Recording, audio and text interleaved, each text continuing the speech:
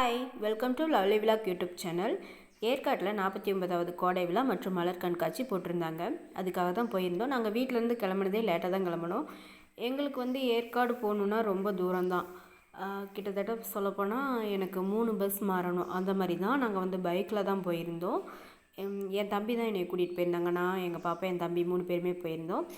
இங்கேருந்து நாங்கள் எங்கள் வீட்டிலேருந்து கிளம்பும்போதே பார்த்திங்கன்னா லேட் ஆயிடுச்சு. அங்கே போகும்போது பார்த்திங்கன்னா ஒரு 3:30 ஆயிடுச்சு. 3:30க்கு தான் மேலே போனோம். நாங்கள் பெருசாக ரொம்ப அதிகமாகலாம் சுற்றி பார்க்கல. பஸ் ஸ்டாண்டு கிட்டே என்ன இருக்குதோ அதை தான் பார்த்தோம். இப்போ இங்கே வந்து பார்த்திங்கன்னா சுற்றுச்சூழல் பூங்கான்னு சொல்லி ஒன்று வச்சுருந்தாங்க. இந்த போட்டிங் போகிறதுக்கு பக்கத்து அந்த பூங்கா தான். சரி பார்க்கலாம் அப்படின்னு சொல்லிட்டு நான் ஃபஸ்ட் டைம் போயிருந்தேன். அதனால் என்னென்ன இருக்குன்றது எனக்கு தெரியாது. முன்னாடி பார்க்கும்போது ஃப்ளவர்ஸ்லாம் வச்சுருந்தாங்க. நான் அப்போ நினச்சிக்கிட்டேன் உள்ளுக்கு போகும்போது நிறைய ஃப்ளவர்ஸ்லாம் இருக்கும்னு சொல்லி. அப்படி இல்லை, முன்னாடி என்ட்ரன்ஸில் பார்த்திங்கன்னா ஃப்ளவர்ஸ்லாம் இருந்துச்சு. அதுக்கப்புறம் நம்மளோட பேகெல்லாம் செக் பண்ணிவிட்டு நம்ம வாட்டர் பாட்டில் பிளாஸ்டிக் கவர்லாம் இருந்துச்சுன்னா நம்ம வந்து இங்கேயே வச்சுட்டு போயிடணும். ஒரு 10 ருபீஸ் பே பண்ணி வச்சுட்டு போயிடணும்.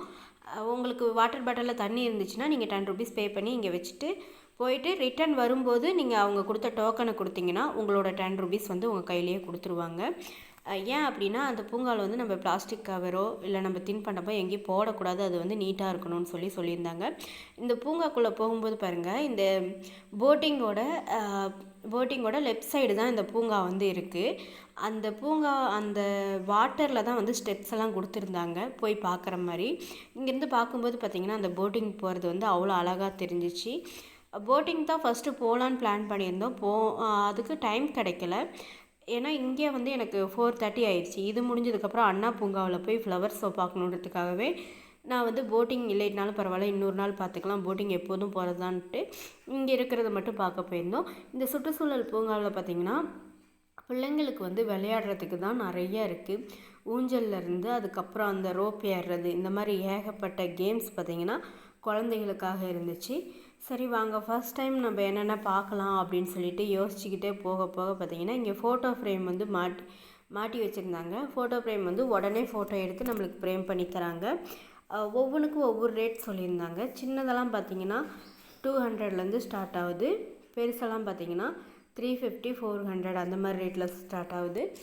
ஃபஸ்ட்டு ஃபோட்டோ ஃப்ரேம் எடுக்கலான்னு ஒரு ஆசை இருந்துச்சு. ஆனால் ரேட் வந்து அதிகமாக இருக்குது. இதே வந்து நம்ம ஆன்லைனில் பார்த்திங்கன்னா கம்மி ரேட் தான், ரொம்ப நல்லாவே இருந்துச்சு. எங்கள் பாப்பாவுக்கு ஒரு ஃபோட்டோ ஃப்ரேம் வந்து நான் ஆர்டர் பண்ணி வாங்கியிருந்தேன். 150லேயே பார்த்திங்கன்னா ரொம்ப நல்லா இருந்துச்சு.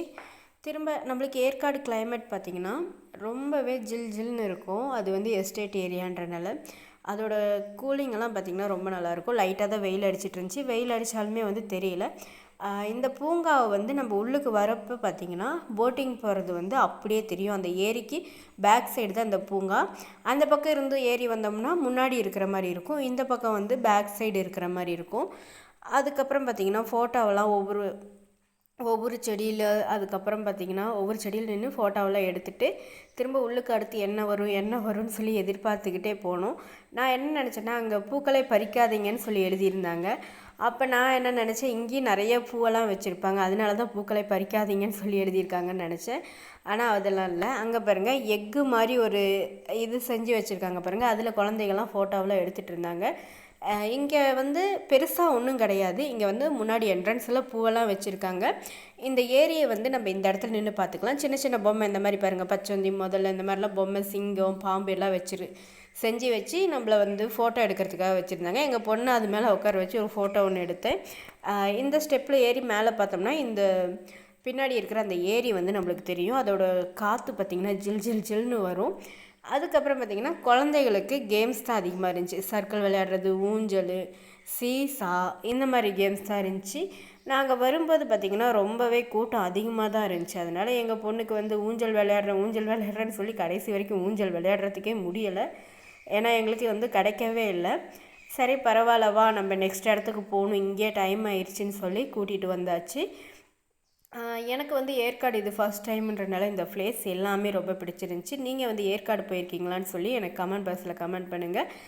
திரும்ப பாருங்கள், நாங்கள் வந்து அங்கேருந்து வெளியே வந்துட்டோம். வெளியே வந்ததுக்கப்புறம் பார்த்திங்கன்னா இங்கே பக்கத்துலேயே தான் இந்த அண்ணா பூங்கா வந்து ஸ்டார்ட் ஆகிருந்துச்சி. இந்த வீடியோ உங்களுக்கு பிடிச்சிருக்குன்னு நினைக்கிறேன்.